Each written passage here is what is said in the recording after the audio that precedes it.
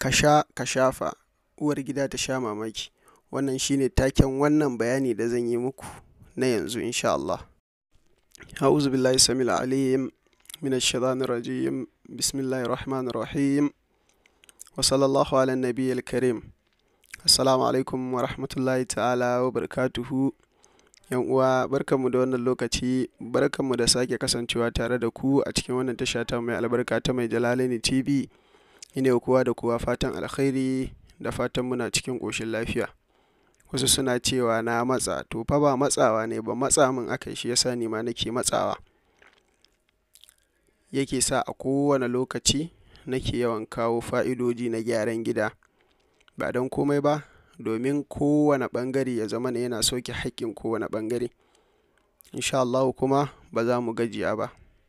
Musamman ma a ce muna samun ƙwarin gwiwa ta ɓangarorinku ta hanyar addu'a da kuma fatan alkhairi.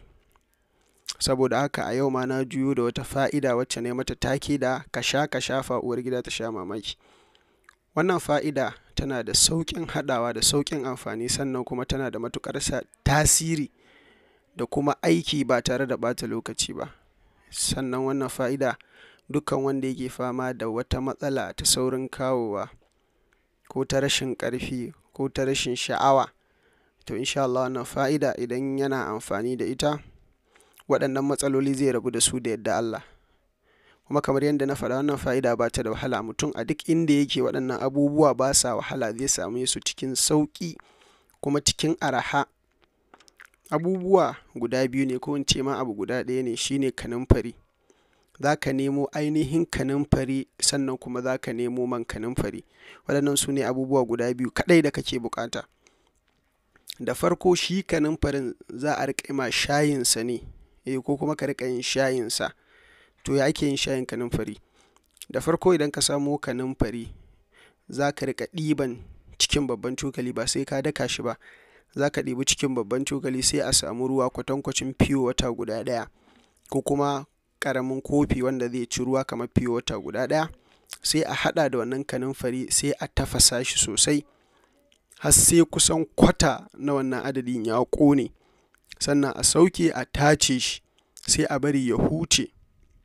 To za ka sha wannan haɗi, ko in ce za ka sha wannan shayi rabin awa, minti 30 kenan, kafin ka kusanci iyali.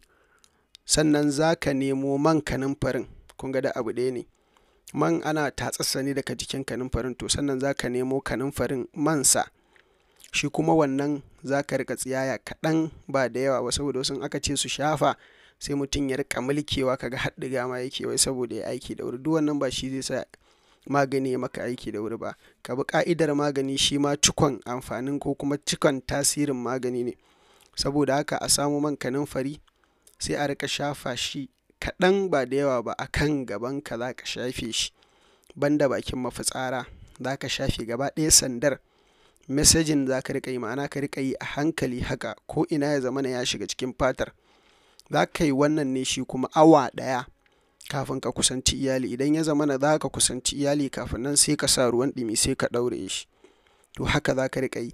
Ka yi shayin kanumfari, ka sha minti 30 kafin ka kusanci iyali. Sannan ka shafa man kanumfari a gabanka awa ɗaya kafin ka kusanci iyali, ka wanke da ruwan ɗumi. Wannan ka riƙa maimaita shi, ka yi kamar sati 2 kana yi a jere. Za ka yi mamaki ƙwarai da gaske, kuma uwar gida ma za ta sha mamaki. Saboda haka yan uwa, a yi ƙoƙari a jarabta wannan fa'ida, za a dace. Allah ya sa mu dace. Sannan yan uwa, kar a manta a yi like, yana ƙarfafa mana gwiwa. Ku yi subscribe na wannan tasha ta mai albarka, sannan ku danna ƙararrawa, sannan a tura zuwa yan uwa da abokan arziki domin su amfana baki ɗaya. Wanda yake da tambaya ko ƙarin bayani, zai iya ajiye mana ta akwatin aje saƙonni. Sannan masu son shiga group namu, akwai link a description, za su iya duba domin kasancewa a cikin wannan group namu mai albarka. Mun gode. Wassalamu alaikum wa rahmatullahi ta'ala wa barakatuhu.